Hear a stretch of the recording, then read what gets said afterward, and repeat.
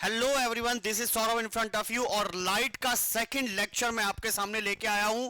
अगर previous lecture आप लोगों ने देखा होगा जिसमें मैंने 10th क्लास के लिए मिरर बेस्ड क्वेश्चंस और मिरर बेस्ड कंसेप्ट डिस्कस किए थे, तो आज के इस लेक्चर में लेक्चर 2 जिसमें मैं आपसे बात करने वाला हूं सिर्फ लेंस के बारे में, यानी कि हम रिफ्रैक्टिव इंडेक्स के बारे में बात करेंगे, रिफ्लेक्शन, लॉज ऑफ रिफ्लेक्शन के बारे में बात करेंगे और साथ ही साथ सबसे इंपॉर्टेंट लेंस फॉर्मूला और लेंस मैग्निफिकेशन के बारे में बात करेंगे। ठीक है, so guys you are ready?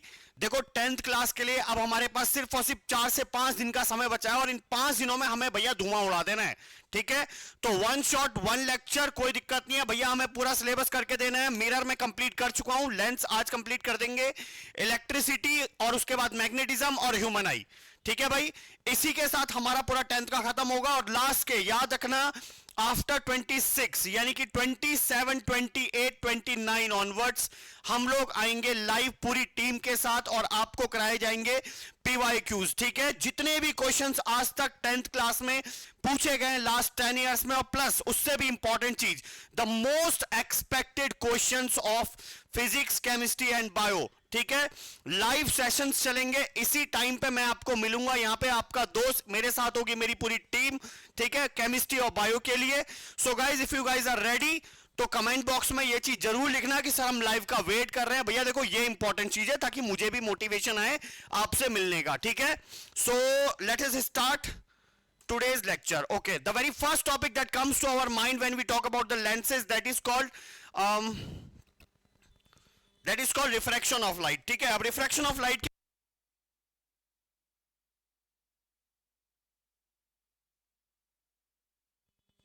Refraction of light, what exactly the refraction of light is. Refraction of light होता क्या है? ठीक है, रिफ्रैक्शन ऑफ लाइट होता है when the light goes from one medium to another medium and deviates from its actual path, वो अपने actual path से डेविएट हो जाती है। डेविएट होने का मतलब क्या हुआ बेटा, इसको समझना ध्यान से।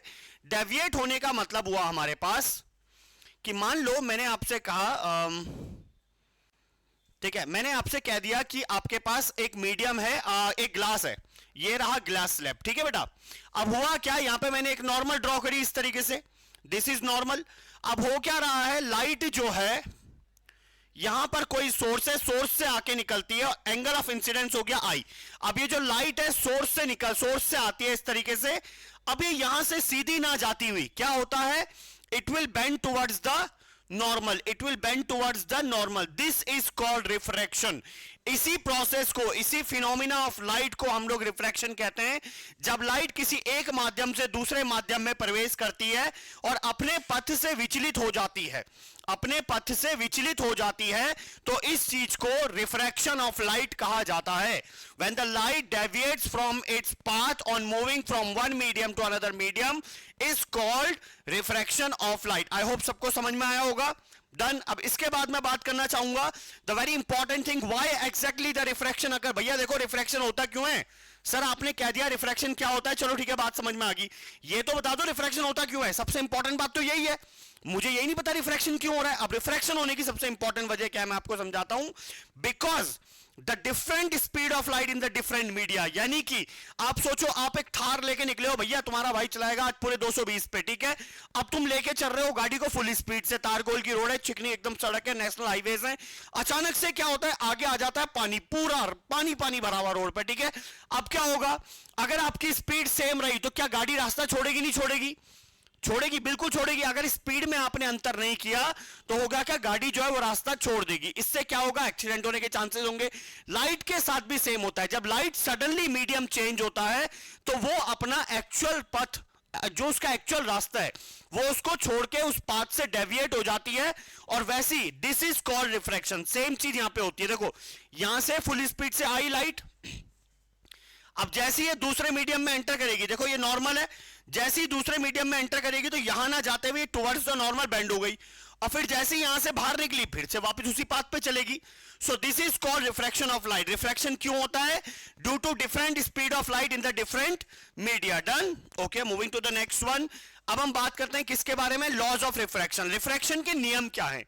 जैसा कि हम लोगों ने पढ़ा था किसमें, लॉज ऑफ रिफ्लेक्शन में जब हमने परावर्तन के नियम पढ़े थे तो हमने वहां पे भी एक चीज डिस्कस की थी, और पहला नियम तो लगभग दोनों के लिए सेम ही होता है। पहला नियम तो हम दोनों के लिए ऑलमोस्ट सेम ही पढ़ते हैं, दैट इज क्या होता है, एंगल ऑफ सॉरी क्या होगा, देखो लेट्स से ये आपके पास ग्लास स्लैब है, ये आपके पास एक ग्लास स्लैब है इस तरीके से, और अगर आप यहां पे इसका डायग्राम बनाओगे तो देखो कैसे बनेगा, ध्यान देना। ये रही नॉर्मल, ये रहा एंगल ऑफ इंसिडेंस, ये रहा सोर्स, और ये हो जाएगी towards the normal bend R, ठीक है, और ये हुआ आपके पास एंगल ऑफ रिफ्रैक्शन आर। अब यहां पे एक चीज जो ध्यान देने वाली है वो क्या है, मैं आपको समझाता हूं। जो सबसे इंपॉर्टेंट बात है जिस पे आपको ध्यान देना है वो क्या है, ये रही इंसिडेंट रे, ये रही इंसिडेंट रे, और ये रही रिफ्रैक्टेड रे, ठीक है, और ये रहा नॉर्मल, ठीक है। अगर आप ध्यान से देखोगे तो ये तीनों के तीनों एक ही प्लेन पे एग्जिस्ट करते हैं, ठीक है। तो यानी कि सबसे पहला नियम क्या है, refracted ray, incident ray and the normal lie on the same plane, lie in the same plane, lie in the same plane, refracted ray, normal and incident ray all lie in the same plane. कैसे याद रखोगे, refracted ray, incident रे, normal, भैया चाहे angle of laws of reflection हो, laws of refraction हो, दोनों में ही पहला नियम एग्जैक्टली सेम है, पहला नियम एग्जैक्टली सेम होता है। बोलो नहीं आई ये बात समझ में, ठीक है ना, डन, सिंपल सा लॉ है दोनों में। अच्छा अब आते हैं दूसरे नियम की तरफ। जब हम दूसरे नियम के बारे में बात करते हैं तो चीजें थोड़ी सी बदल जाती हैं, बदल जाती हैं इन द सेंस, मैं कहना क्या चाहता हूं, मैं ये कहना चाहता हूं कि अगर मैं बोलता हूं, जैसे मैंने अभी आपको बताया कि एक मीडियम ये हो गया, एक मीडियम ये हो गया, ठीक है, तो ये नॉर्मल हो गई, लाइट यहां से आई, एंगल ऑफ इंसिडेंस, और टकरा के इधर चलेगी, that is angle of refraction, done. अब यहां से जाने के बाद क्या हुआ, आप ध्यान से समझना, that is sine i upon sine r is equal to refractive index n, sine i upon sine r is equal to refractive index या इज इक्वल टू कांस्टेंट। यानी कि बोला क्या जाएगा, सेकंड नियम क्या है लॉज ऑफ रिफ्रैक्शन का, लॉज ऑफ रिफ्रैक्शन का दूसरा नियम कहता है the ratio of sine angle of incidence, क्या बोला मैंने, the ratio of sine angle of incidence to the sine angle of refraction is constant. क्या बोला मैंने, फिर से दोबारा बोलेंगे, the ratio of sine angle of incidence to the sine angle of refraction is constant and that constant is considered as refractive index. इसी constant को क्या नाम दिया जाता है, रिफ्रैक्टिव इंडेक्स। बोलो नहीं आई बात समझ में, ठीक है ना, इसको बोल दिया जाता है रिफ्रैक्टिव इंडेक्स, समझ में आ गई बात। और इस नियम को एक और नाम दिया जाता है स्नेल्स का नियम, ठीक है। ही वॉज अ साइंटिस्ट वो introduced this formula to us, जिन्होंने इस फॉर्मूले को हमसे मुलाकात कराई, हमें बताया कि भैया देखो ऐसी भी दुनिया में एक वस्तु है, ऐसा भी एक फॉर्मूला है जिसकी मदद से आप किसी चीज का अपवर्तनांक अर्थात रिफ्रैक्टिव इंडेक्स नाप सकते हैं। बोलो समझ में आ गई बात, डन है। अच्छा अब यहां से इसका देखो, इसका इस्तेमाल कैसे कर सकते हैं, यहां पे बहुत इंपॉर्टेंट चीज है जहां पे इसका इस्तेमाल किया जा सकता है। देखो कैसे, मैंने बोला स्नेल्स का नियम क्या है, sine i upon sine r is equal to 1 and 2। 1 and 2 का मतलब क्या हुआ, अगर ये मेरे पास ग्लास स्लैब है तो मान लो ये पहला माध्यम है और ये दूसरा माध्यम है, first medium second medium, done. अब जो लाइट है वो फर्स्ट मीडियम से सेकंड मीडियम में जा रही है, light is going from first to second, यानी कि इस तरीके से ये आई हुआ और ये आर हुआ, done. Light is going from first medium to second medium, done हो गया। अब यहां पर सबसे इंपॉर्टेंट बात, तो मैं यहां पे कैसे लिखूंगा 1 and 2, कैसे लिखूंगा 1 and 2 हो गया।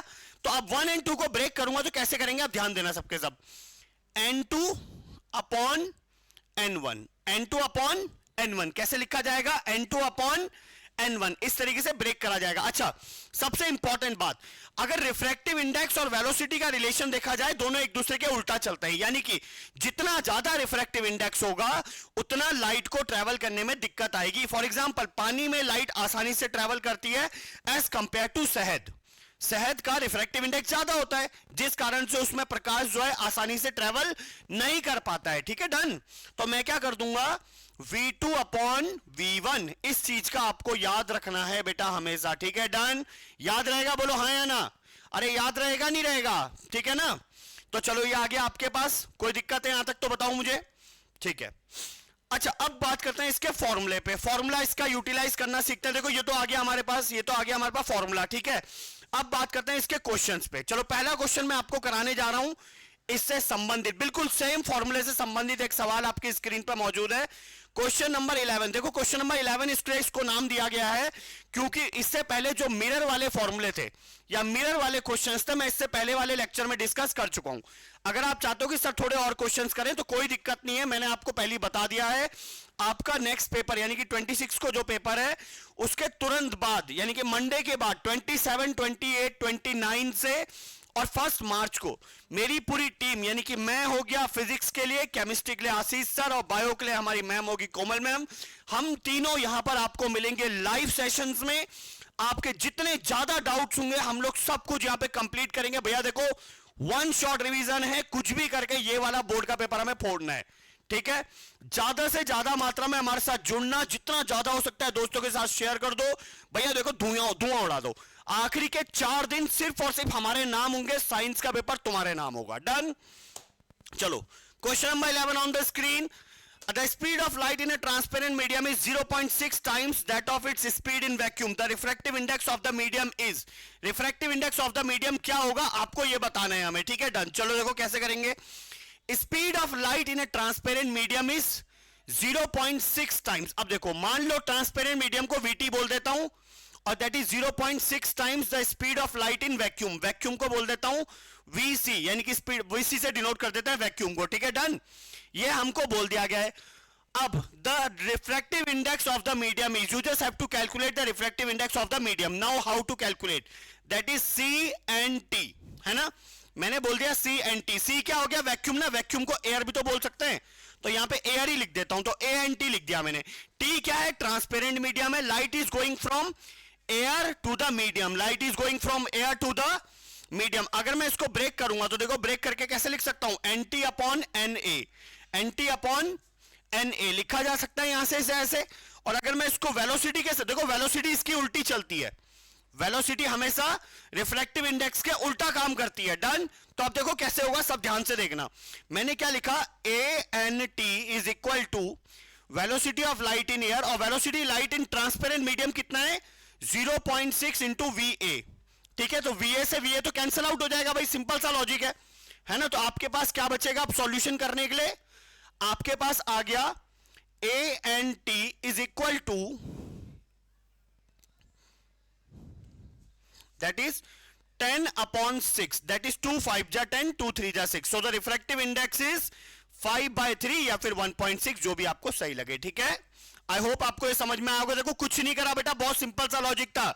Light is going from air to the transparent medium, transparent medium से उसमें एयर से ट्रांसपेरेंट मीडियम में जा रही है, लिखने का तरीका यही होगा। अभी मैंने आपको बोला ब्रेक कैसे करते हैं, NT अपॉन NA। अगर लाइट 1 and 2 है तो हम क्या लिखेंगे, N2 upon N1, N2 upon N1। तो वही चीज मैंने यहां पे लिखी। वेलोसिटी ठीक इसकी उल्टी चलती है, वेलोसिटी हमेशा रिफ्रैक्टिव इंडेक्स के उल्टा काम करती है, ठीक है। सारे के सारे उल्टे काम करते होता है ना, घर में हमें कुछ बोला जाता है लेकिन फिर भी हम लोग कुछ उल्टा काम करते हैं, तो बिल्कुल वेलोसिटी भी वही काम करती है, ठीक है। रिफ्रैक्टिव इंडेक्स जो भी होगा वेलोसिटी उसके उल्टा चले जाएगी। बोलो नहीं आई बात समझ में। Moving to the next topic, that is called lens formula. Okay, तो अब हम बात करते हैं लेंस फॉर्मूले के बारे में, ठीक है। लेंस फॉर्मूले को डिस्कस करते हैं। चलो, तो अब देखो लेंस फॉर्मूला हमें क्या बताता है। लेंस फॉर्मूला अगर देखो, जिन्होंने लास्ट लेक्चर देखा होगा उनको पता होगा कि मिरर फॉर्मूले में हम लोगों ने बात की थी किसके बारे में, 1/v plus 1/u equal to 1/f। और हमने मिरर फॉर्मूले में मैग्निफिकेशन भी पढ़ा था, हमने मिरर मैग्निफिकेशन के बारे में भी डिस्कस किया था, ठीक है ना। तो अभी हम डिस्कस करेंगे किसके बारे में, चलो लेंस फॉर्मूला और लेंस फॉर्मूला। मिरर फॉर्मूला तो हम लोग कर चुके हैं, अभी हम बात करेंगे सिर्फ और सिर्फ लेंस फॉर्मूले के बारे में, ठीक है।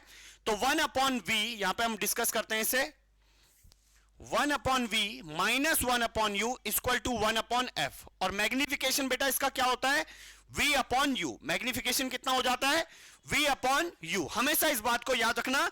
अगर हम मिरर की बात करेंगे तो मिरर में यही चीज क्या हो जाती है, 1/v plus 1/u equal to 1/f। देखो यहां पे प्लस आ गया तो मैग्निफिकेशन कितना आ जाएगा, माइनस v/u। मैग्निफिकेशन कितना आ जाता है, माइनस v/u। बस इतनी सी बात याद रखनी होती है। ये रहा आपके पास मिरर के लिए और ये रहा आपके पास लेंस के लिए, बस ठीक है। डन। इसमें ज्यादा परेशान होने वाली बात नहीं है। चलो ठीक है, अब आगे डिस्कस करते हैं इस चीज को हम लोग। सबके सब ध्यान देना, ठीक है। सारी चीजें हम लोग यहाँ पे डिस्कस करते हुए चल रहे हैं। लेंस फॉर्मूला हम लोग बात कर चुके हैं लेंस फॉर्मूले के बारे में। अब साथ साथ इसके न्यूमेरिकल्स भी देखते हुए रहेंगे। हमारे पास न्यूमेरिकल्स आते हैं, जैसे देखो अभी लेंस फॉर्मूला तो मैंने आपको डिस्कस कर दिया है ना। अब यहां पे आता है आपके पास, let's say there is a question on the screen. Most देखो होता क्या है, बच्चे ना इस क्वेश्चन को लेके इतना ज्यादा कंफ्यूज होते हैं, इतना ज्यादा परेशान होते हैं, मुझे समझ में नहीं आता। भैया देखो एक ना बहुत सिंपल सा लॉजिक आपको समझाता हूं, जस्ट इमेजिन करना, क्वेश्चन को ध्यान से पढ़ो और भैया इस क्वेश्चन पे फालतू दिमाग चलाने वाली कोई बात है ही नहीं, इस बात का विश्वास करो मुझ पे। Question, if the central portion of a convex lens is wrapped in black paper as shown in figure, What will happen to the image formed by the lens? देखो एक सिंपल सी बात बता रहा हूं, आप एक कमरे में हो, उसमें बहुत सारे बल्ब जले हुए हैं और आप शीशे में अपने आप को देख रहे हो, आप बहुत गोरे चिट्टे खूबसूरत बहुत अच्छे लगोगे अपने आप को, है ना। लेकिन जैसे ही आप लाइट धीरे धीरे कम करने लगोगे, आपकी इमेज ब्लर होने लगेगी, ठीक है, आपकी इमेज थोड़ी सी धुंधली होने लगेगी, शार्पनेस कम होने लगेगी, ब्राइटनेस कम होने लगेगी। सिंपल सा कंसेप्ट क्या है, अगर आंखों में कम लाइट पहुंचेगी तो ब्राइटनेस भी कम होती जाएगी, इंटेंसिटी कम होती जाएगी, शार्पनेस कम होती जाएगी इमेज की। यही लॉजिक काम करता है इस वाले क्वेश्चन में। कैसे? अभी देखो पूरा का पूरा लेंस होता, अगर यहां पर पूरा का पूरा लेंस होता तो ये कैसे काम करता? भाई देखो एक बात समझना, मैं समझाता हूं आपको, है ना, ये लॉजिक समझाता हूं इस चीज का, कि अगर ये पूरा का पूरा लेंस होता इस तरीके से, तो लाइट क्या होती बेटा, यहां से टकरा के यहां तक पूरी जाती है, जाती नहीं जाती, इस तरीके से मोशन होता। लेकिन क्योंकि इतने हिस्से में हमने काला टेप लगा दिया, हमने इस वाले हिस्से को ढक दिया, तो इस वाले पोर्शन से जो लाइट पास होनी थी वो तो अब नहीं होगी, यानी कि लाइट जो है यहां पहुंचेगी तो अभी भी, लेकिन अब पहले से कम पहुंचेगी, अब पहले से थोड़ा कम पहुंचेगी। तो अगर लाइट ही कम पहुंचेगी तो लाइट की इंटेंसिटी अपने आप कम हो जाएगी, इसमें दिमाग क्या चलाना फालतू का। मानते हो नहीं मानते इस बात को? ठीक है, तो दैट्स व्हाई इसका आंसर होगा the intensity of the light is reduced, that's why the image will become blur. जो इमेज होगी वो ब्लर हो जाएगी। ठीक है, समझ में आई मेरी बात सबको? ठीक है ना, ओके। अब हम बात करते हैं अगले सवाल की। अगला सवाल आपकी स्क्रीन पे, क्वेश्चन नंबर 14। ठीक है, अब क्वेश्चन में क्या कहा गया है, ये भी बहुत सिंपल सा क्वेश्चन आपसे बोला गया है, सब ध्यान से समझना इस क्वेश्चन को। क्वेश्चन में आपसे कहा गया है, कई सारे बच्चे हैं जो इसका एक आंसर देंगे, मैं भी जानता हूं आंसर क्या होगा, मोस्ट एक्सपेक्टेड आंसर जो मैं जानता हूं क्या है, चलो उसके बारे में बात करते हैं। पहले क्वेश्चन एक बार पढ़ते हैं।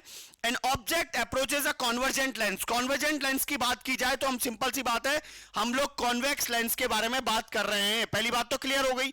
उसके बाद आपसे बोला गया है जो ऑब्जेक्ट है वो 5 मीटर पर सेकंड की स्पीड से ट्रेवल कर रहा है, जो ऑब्जेक्ट है वो 5 मीटर पर सेकंड की स्पीड से लेंस की तरफ जा रहा है, तो इमेज पे क्या होगा? जाहिर सी बात है इमेज दूर जाएगी, ये बात तो तय है। अगर ऑब्जेक्ट पास आएगा तो इमेज दूर जाएगी, ऑब्जेक्ट दूर जाएगा तो इमेज पास आएगी, ये तो कंसेप्ट समझ में आना चाहिए। इतना सा लॉजिक याद रखना कि अगर ऑब्जेक्ट जो है वो पास आता है तो इमेज हमेशा दूर जाती है, और ऑब्जेक्ट दूर जाएगा तो इमेज हमेशा पास आएगी। हमेशा ये चीज दिमाग में रखनी है। पहली बात समझ में आ गई। अच्छा, दूसरी बात, अब यानी कि जो भी यहां पे लिखा हुआ है मूव टुवर्ड्स द लेंस, एक तो ऑप्शन नंबर डी तो हटा दो, ऑप्शन नंबर डी तो दूर दूर तक सही नहीं है, ऑप्शन नंबर डी तो दूर दूर तक सही नहीं है। ठीक है ना, डन। अब आती है बात किसकी? बात आती है मूव्स अवे का, तो ये वाला ऑप्शन हटा दिया हमने, option number D is the incorrect answer. बात करते हैं option number A B C के बारे में। ए बी सी के बारे में बात करते हैं। Moves away from the lens with an uniform speed of 5 metre per second, that is incorrect answer. मैं जानता हूं मैक्सिमम स्टूडेंट इसी आंसर को सही मान के चलते हैं, बिकॉज आपको पढ़ाया गया है कि अगर मिरर में कोई ऑब्जेक्ट मिरर की तरफ मूव करेगा तो इमेज भी उसी स्पीड से उसकी तरफ जाएगी, but that is about the plane mirrors only, that is not about spherical mirrors and spherical lenses. Spherical mirror और स्फेरिकल लेंसेज में ऐसा नहीं होता है, सारे बच्चे इस बात का ध्यान रखना। उसमें क्या होता है, इमेज जो है वो दूर जाएगी एंड नॉन यूनिफॉर्म एक्सीलरेशन के साथ जाएगी।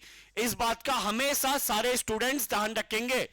स्फेरिकल मिरर और स्फेरिकल लेंस बिल्कुल अलग तरीके से काम करते हैं। वहां पर जब वेलोसिटी होती है पहले बहुत तेजी से होती है, फिर कम हो जाती है, कई बार पहले तेज होती है, फिर बाद में पहले कम होती है, बाद में तेज हो जाती है। Done.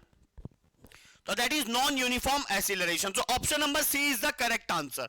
Option number C is the correct answer. Moving to the question number 15। देखो ये आंसर मैंने आप लोगों को इसलिए बताया था, ये वाला क्वेश्चन, क्योंकि वन ऑब्जेक्टिव क्वेश्चन जो आजकल पूछे जा रहे हैं बोर्ड में, ये उनमें से मोस्ट एक्सपेक्टेड क्वेश्चंस में से एक है जो बच्चों से पूछे गए हैं लास्ट सैंपल पेपर में आप पूछोगे, स्कूल्स में आप लोगों ने देखा होगा, आपके पास प्री बोर्ड्स में क्वेश्चन दिया गया होगा। अलग अलग तरीके से ये क्वेश्चंस आपको प्रोवाइड किया जा रहा है, यानी कि कहीं ना कहीं इससे मिलता जुलता कुछ ना कुछ बोर्ड में आने की संभावना है, इस बात का ध्यान रखना, ठीक है। अच्छा, अब हम बढ़ते हैं आगे अगले सवाल की तरफ। देखो अभी मैं जो सवाल करा रहा हूं ये वो क्वेश्चंस हैं जो आप बहुत ही कम मात्रा में अमाउंट करते हो, अटेंड करते हो, ठीक है। जिन क्वेश्चंस को आप बहुत ही रेयरली आपको क्वेश्चन मिलते हैं, या फिर आप सैंपल पेपर में इन क्वेश्चंस को देखते हो, आप डेली एक्सरसाइज में इस टाइप के क्वेश्चंस आपको नहीं मिलेंगे। जैसे कि ये रहा एक क्वेश्चन। अब इस क्वेश्चन की सबसे खास बात क्या है कि इस क्वेश्चन को जैसे ही आप देखोगे ना बोर्ड पे, आप क्या करोगे, कॉपी पेन निकाल के सवाल शुरू करने लगा। अरे सर ये तो आता ही है, हमें इमेज डिस्टेंस देगा, ऑब्जेक्ट डिस्टेंस देगा। अब भी करके दिखाता हूं, पेन नहीं उठाना भैया, पेन नहीं उठाना, दिमाग चलाओ। देखो कैसे, अब ध्यान दो, मैं बताता हूं क्वेश्चन क्या है। A boy and a lamp post are 80 metre away, ठीक है, ध्यान देना, बस जो मैं बोलूंगा उसको सुनना। Away from a concave mirror, चलो मिरर वाला क्वेश्चन आ गया लेंस के टॉपिक में, सॉरी इस चीज के लिए, पर कोई बात नहीं है ना, इस चीज पे हम लोग ध्यान रखेंगे। अच्छा, 80 मीटर की दूरी पे एक लड़का और एक लैंप पोस्ट दोनों रखे हुए, ये रहा लड़का और ये रहा लैंप पोस्ट, डन। दोनों को 80 मीटर की दूरी पे रखा गया है मिरर से, पहली बात हो गई हमारे पास। अच्छा, अब आगे बढ़ते हैं। फोकल लेंथ गिवन है आपको 20 मीटर, फोकल लेंथ कितनी है आपके पास, 20 मीटर, इस तरीके से डन हो गया हमारे पास। अब आता है हमारे पास the boy walks 40 metre towards the mirror, जो लड़का है वो 40 मीटर चलता है मिरर की तरफ। ये बहुत इंपॉर्टेंट बात बोल दी, लड़का कहां पे था, ए पॉइंट पे था, ये हो गया आपका फोकस, एफ हो गया। लड़के ने ए से चलना स्टार्ट किया 40 मीटर कहां तक, लेंस की तरफ, तो जब वो मिरर की तरफ, तो मिरर की तरफ जब वो 40 मीटर गया तो मिरर से उसकी दूरी कितनी बची, अब कितनी दूरी बची, मिरर से उसकी दूरी बची अब ये आ जाएगी 40 मीटर। मिरर से उसकी दूरी कितनी बची भाई, 80 मीटर पे था ना, 40 मीटर चल गया मिरर की तरफ, 40 मीटर चल गया तो 40 और बचा, यानी कि अब वो कहां पर है, अब वो कहां पर है, फोकस है 20 मीटर, तो ये कौन सा पोजीशन है, that is called the centre of curvature, centre of curvature. अब वो लड़का कहां पर है, वो लड़का पहुंच चुका है सेंटर ऑफ कर्वेचर पे, कॉनकेव मिरर के सेंटर ऑफ कर्वेचर पे वो लड़का पहुंच चुका है। अब आते हैं ऑप्शंस में, ऑप्शन में देखिएगा his image inverted and same size, चलो भाई पहला ऑप्शन ही आपके पास इन्वर्टेड और सेम साइज, तो option number A is the correct answer. बाकी ऑप्शन पढ़ने की जरूरत ही नहीं है, क्योंकि आप एक चीज नोटिस करोगे, बाकी कहीं पे भी सेम साइज की इमेज के बारे में बात नहीं हो रखी है। जब हमें इतना टाइम बच रहा है हमारा, तो हम क्यों नहीं, अब एक बात बताओ, क्या इसमें सच में पेन उठाने की आवश्यकता है, जब मुझे बोल दिया गया है कि फोकस 20 मीटर पे है, सेंटर ऑफ कर्वेचर 40 पे होगा, लड़का 40 मीटर चले गया तो 80 में से 40 गया 40, यानी कि लड़का कहां है, सेंटर ऑफ कर्वेचर पे, और अगर वो सेंटर ऑफ कर्वेचर पे है तो क्या होगा, इन्वर्टेड इमेज बनेगी और सेम साइज की बनेगी और आंसर ए आ जाएगा, बात खत्म। This is called the tricky question, ठीक है भैया। कुछ क्वेश्चन में पेन नहीं उठाना होता है, सिर्फ दिमाग ऑन करना होता है भाई, ठीक है, और ऑप्शन टिक करना होता है, यही होता है। वन वर्ड क्वेश्चंस होते हैं, 1 मार्क क्वेश्चंस होते हैं, जो आपका एक एक 1.5 मिनट बिना मतलब के खा जाते हैं, ठीक है। कुछ नहीं करना होता इन क्वेश्चन को, अगर आप ध्यान से प्रेजेंस ऑफ माइंड रखोगे, सिर्फ और सिर्फ अपनी गर्लफ्रेंड के बारे में, रिश्तेदारों के बारे में छोड़ना, सोच के उनके बारे में सोचना छोड़ दोगे और सिर्फ एक ही चीज पे फोकस करोगे कि मैं इस समय 80 में से 80 कैसे गेन करूं, तो गारंटी दे रहा हूं भैया इस क्वेश्चन पे पेन तो नहीं उठाओगे, ठीक है, done. Moving to the next question, अगले क्वेश्चन की तरफ बढ़ते हैं। क्वेश्चन आपकी स्क्रीन पे जल्दी से देखो, थोड़ा सा अगर मैं बोलूं इसको थोड़ा सा लेंथी क्वेश्चन मान सकते हैं, अगर एक बार चेक कर ले सबके सब क्वेश्चन पढ़ लेते हैं एक बार सबके सब, ध्यान दो भाई, क्वेश्चन एक बार सबके सब देख लेंगे। और क्वेश्चन है, आपसे बोला गया है कि कॉनकेव और कॉन्वेक्स लेंस, अरे भैया क्या बकवास से सवाल दे दिया ये भी, ठीक है, कॉनकेव एंड कॉन्वेक्स लेंस, देखो ये पीवाईक्यू क्वेश्चन है, बोर्ड में पूछा गया है ऐसा इररिलेवेंट सा क्वेश्चन, सोच के देखो इस चीज को। अब आप कहोगे सर क्वेश्चन आसान कैसे है, अब भी समझाता हूं आपको कैसे। कॉनकेव और कॉन्वेक्स लेंस, दो लेंस दे रखे हैं, दोनों की फोकल लेंथ सेम है, अरे हाँ या ना, फोकल लेंथ कॉन्वेक्स की ये दे रखी 20 सेंटीमीटर, फोकस लेंथ कॉनकेव की ये देर की -20 सेंटीमीटर, ठीक है, बोला नहीं जाता है, लिखना पड़ता है खुद से, ठीक है। दोनों को एक साथ जोड़ दिया, तो combination is used to view an object of 5 centimetre length at 20 centimetre, दोनों को एक साथ जोड़ दिया। जैसे ही दोनों को एक साथ जोड़ देंगे तो 5 सेंटीमीटर पे एक ऑब्जेक्ट रख, 5 सेंटीमीटर हाइट का एक ऑब्जेक्ट है, जिसको रखा गया है 20 सेंटीमीटर पे। कहां पे रखा गया है? 20 सेंटीमीटर पे रखा गया है। अब बात आती है कि इसकी इमेज कहां पे बनेगी, कैसी बनेगी, ये सब चीजें आपको बतानी है। बोलो नहीं बता पाओगे? अच्छा, सबसे पहली बात मैं आपको इस क्वेश्चन को कराने से पहले एक सिंपल सा लॉजिक समझा देता हूं कि अगर कभी भी दो लेंसेज का कॉम्बिनेशन होता है तो दो फॉर्मूले बता रहा हूं, हमेशा दिमाग में बना के रख लो कि भैया हमेशा ये दो चीजें पूछी जाएंगी। पहली चीज, जो कॉम्बिनेशन है उसकी फोकल लेंथ कितनी आएगी? 1/f equal to 1/f1 plus 1/f2। बच्चे क्या करते हैं? f equal to f1 plus f2। भैया ये गलत आंसर है, ऐसे नहीं कर सकते। फोकल लेंथ ऐसे ऐड नहीं होती है। यदि हम दो लेंसेज को कंबाइन करेंगे तो फोकल लेंथ डिवाइड होगी, ना कि ऐड होगी। पहली बात याद रखना। दूसरी बात, अगर हमसे पावर पूछी जाती है, पावर पूछी जाएगी तो पावर ऐड हो जाती है, पावर जो होती है वो ऐड हो जाती है। तो ये दो बातें हमेशा आपको याद रखनी है, ठीक है ना? तो सारे बच्चे इन दो बातों को याद रख पाएंगे? कोई बहुत बड़ी बात तो नहीं बता दी मैंने? अरे ठीक है। अच्छा चलो अब आते हैं नीचे। अब मैं बात करता हूं इस कॉम्बिनेशन की फोकल लेंथ की। तो 1/f is equal to 1/20 minus 1/20। Answer आ गया 0, तो फोकल लेंथ आ गई इंफिनिटी। फोकल लेंथ इंफिनिटी आने का मतलब समझते हो कि ये जो नेचर है ये किसकी तरह हो जाएगा? Plane glass slab. किसकी तरह हो जाएगा? ग्लास स्लैब की तरह। अब ये ग्लास स्लैब की तरह बिहेव करेगा। अब एक बात सोचो, अगर आपके पास एक ग्लास स्लैब है, इसमें पानी ना होके नॉर्मल होता, तो इधर पे जो ऑब्जेक्ट रखा हुआ वो इधर भी ऐसे ही दिखता है ना? दोनों के बीच का डिस्टेंस भी सेम हो जाता, हाइट भी सेम हो जाती। और इस कंडीशन में क्या होता? ये आपका ऑब्जेक्ट डिस्टेंस भी आपका 5 सेंटीमीटर का होगा, इमेज जो बनेगी वो भी आपकी 5 सेंटीमीटर होगी, और डिस्टेंस ये भी आपका 20 सेंटीमीटर हो जाएगा। Now let us talk about the options. अब हम बात करते हैं ऑप्शंस के बारे में। Magnified and inverted image, reduced and erect, पहला दूसरा तो गलत है।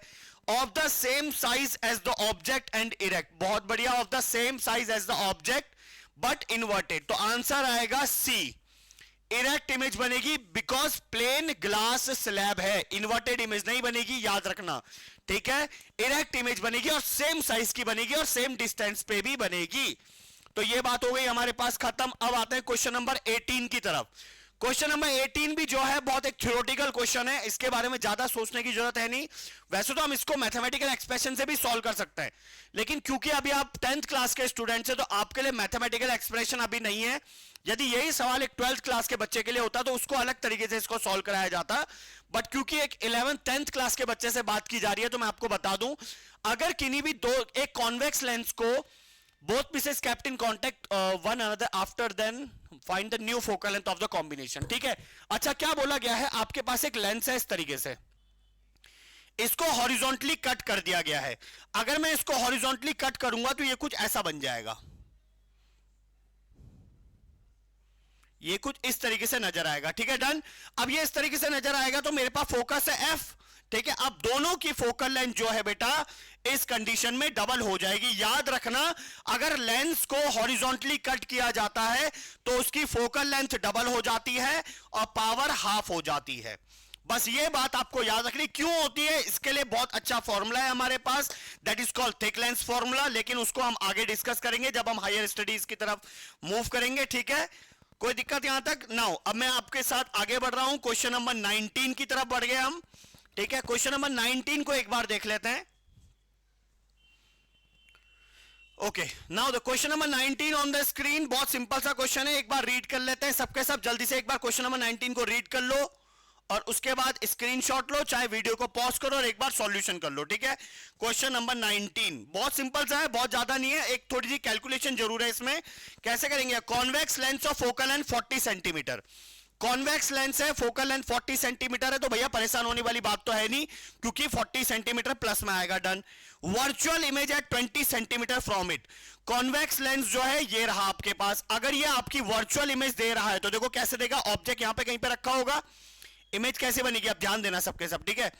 एक तो इस तरीके से जाएगी, एक तो यहां फोकस से होकर निकल जाएगी, डन, और दूसरी जाएगी आपकी यहां से centre of curve optical centre से। और इमेज कहां ऑब्टेन होगी? आपको इमेज ऑब्टेन होगी इस तरफ, वर्चुअल इमेज बोली हुई ना आपको, तो ए डैश बी डैश और ये हो गया ए बी, इस तरीके से आपको इमेज ऑब्टेन होगी।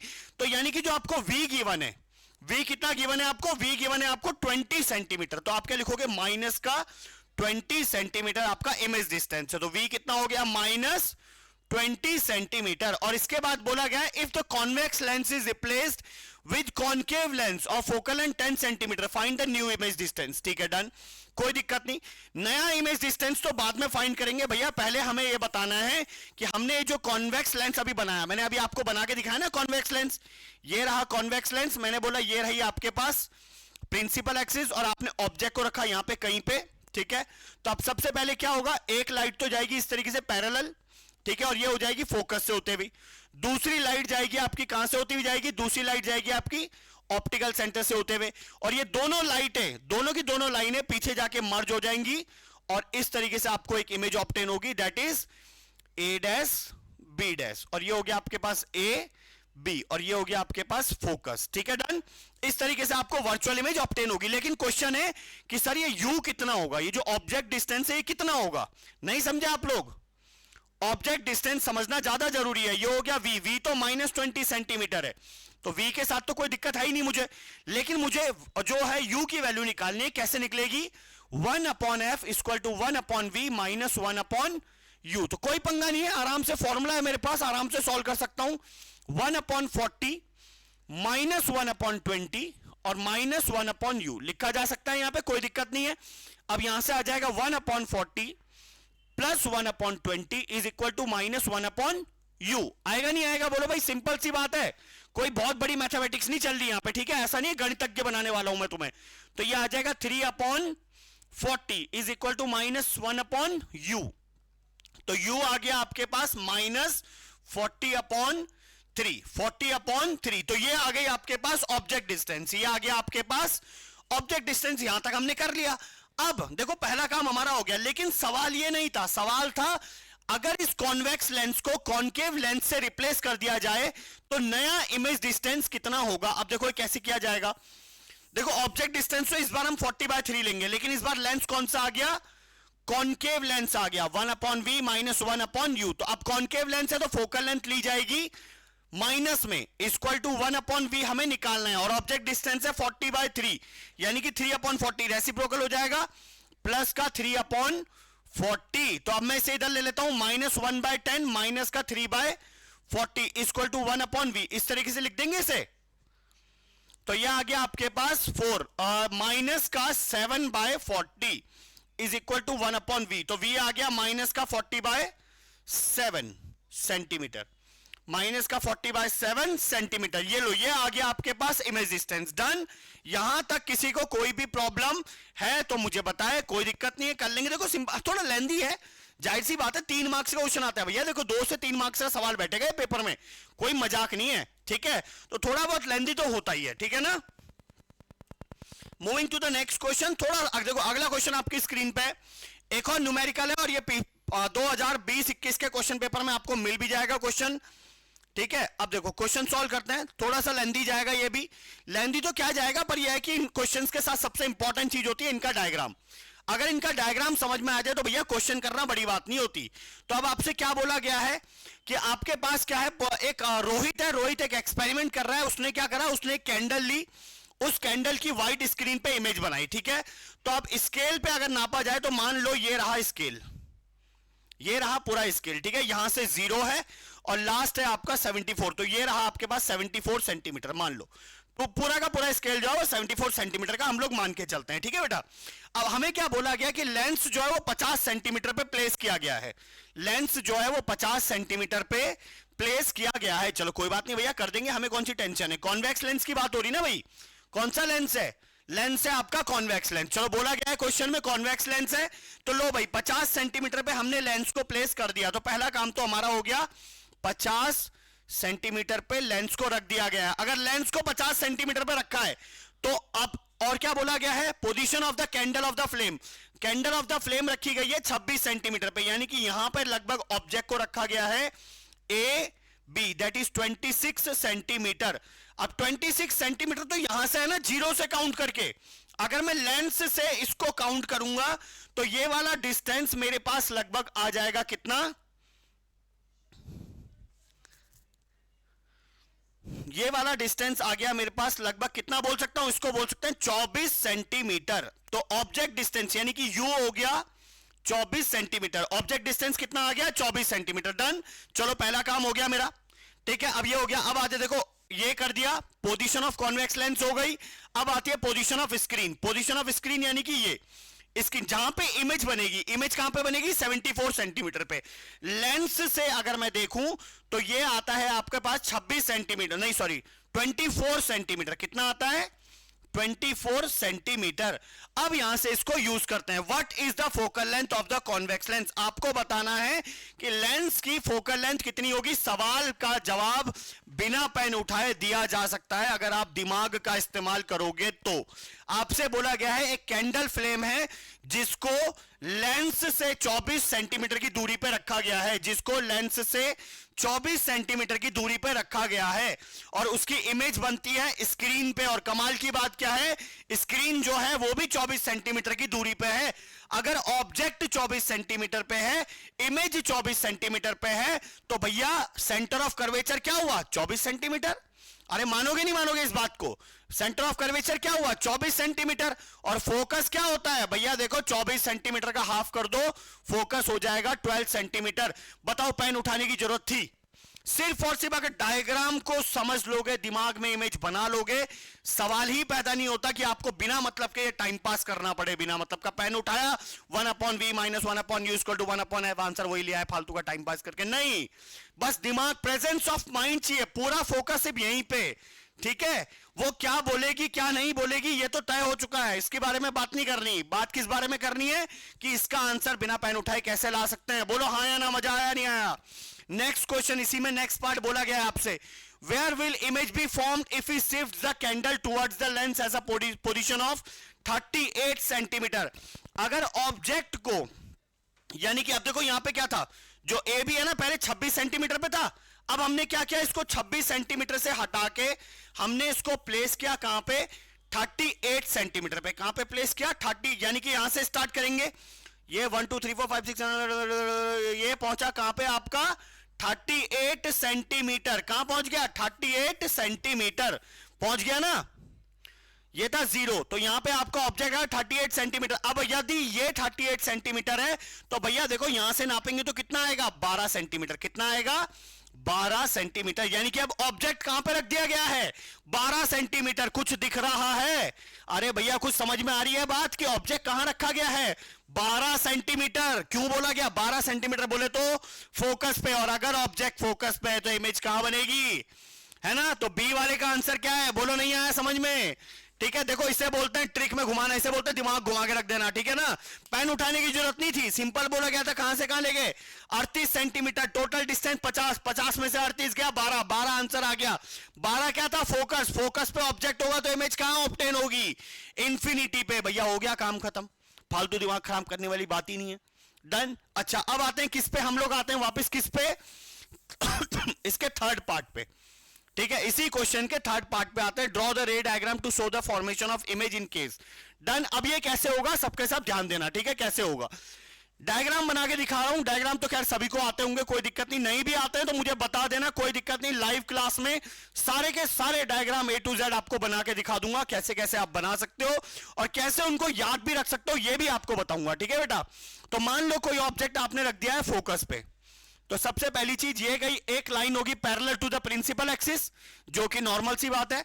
और जो लाइट प्रिंसिपल एक्सिस के पैरेलल होती है वो हमेशा फोकस से होके निकलती है। तो पहली लाइट तो ही निकल गई। दूसरी लाइट जो होगी वो जाएगी सेंटर ऑफ कर्वेचर से होती हुई, यानी कि लगभग कुछ ऐसी इस तरीके से, ठीक है। और ये लाइटें मीट अप होंगी एट द इंफिनिटी, ठीक है। And this is the case, जो भी होगा, जो object is at focus and the image will be obtained at infinity. तो ये उस कंडीशन के लिए आपको केस दिया गया है। बोलो नहीं आई बात समझ में। Done. Moving to the question number 21 now. Question number 21 की तरफ मूव करते हैं। क्वेश्चन आपकी स्क्रीन पे कॉलम 1 और कॉलम 2 दो कॉलम्स आपको गिवन है। इन दोनों कॉलम्स में आपको क्या करना है, कुछ नहीं है, मैच करना है। देखो बहुत आसान है। कई बार बच्चे क्या होता है जल्दबाजी में गलत करते हैं। तो बेटा एक बात ना हमेशा याद रखो, जब ए और बी कॉलम्स आपको दिए रहते हैं ना, जिनके लिए आप श्योर सॉर्ट हो, सबसे पहले हमेशा उन्हें मैच करो।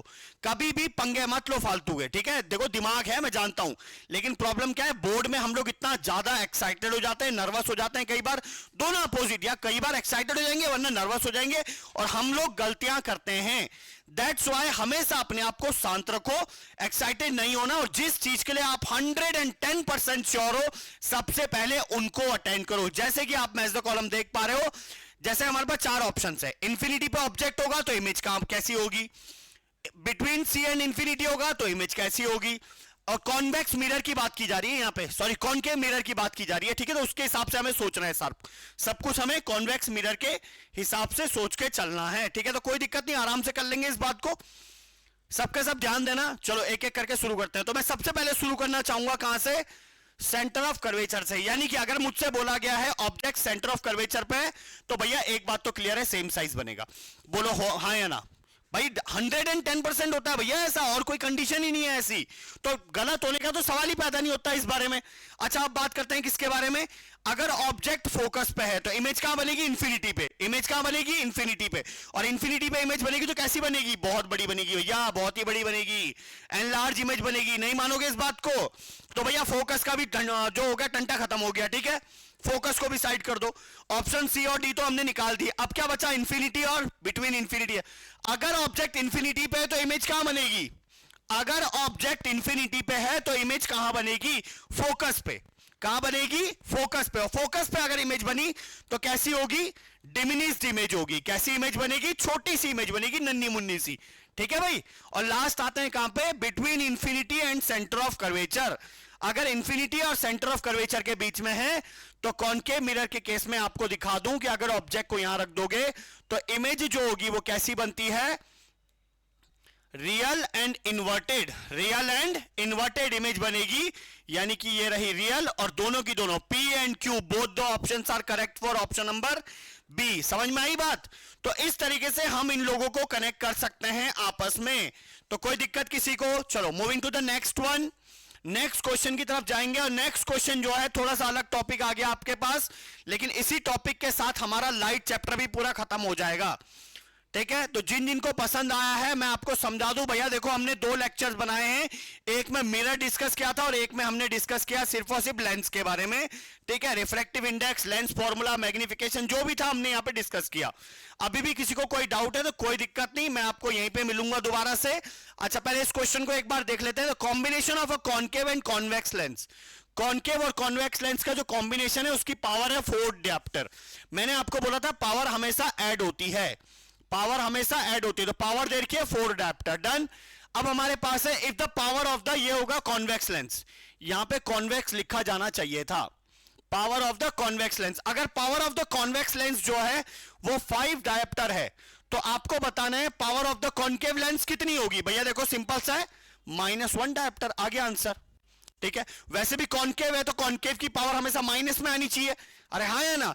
याद रखना अगर दो लेंसेज का कॉम्बिनेशन है तो पावर हमेशा ऐड होगी, फोकल लेंथ हमेशा डिवाइड होगी, दिमाग खराब करने वाली चीज नहीं है, ठीक है, डन। और लास्ट क्वेश्चन आपका आज का दे रहा हूं, इसी के साथ हमारा लाइट चैप्टर पूरा फुल फ्लैज फिनिश हो चुका है, ठीक है। ये लास्ट क्वेश्चन मैं सॉल्व कर रहा हूं आपके साथ अभी, सबके सब ध्यान से एक बार देख लो। अच्छा पावर और फोकल लेंथ का रिलेशन क्या होता है, पहले तो ये बात क्लियर होनी चाहिए। Power is reciprocal of focal length, power is the reciprocal of focal length. Power हमेशा रेसिप्रोकल होती है फोकल लेंथ के, power equal to 1/f। SI unit of power is dioptre, जो लेंस की पावर होती है उसकी एसआई यूनिट होती है डायोप्टर, उसे डिनोट करते हैं कैपिटल डी से। अच्छा अब आगे बात करते हैं, फोकल लेंथ आपको गिवन है 75 सेंटीमीटर, 75 सेंटीमीटर। लेकिन अब एक चीज और है भैया, देखो मैंने एसआई यूनिट बोली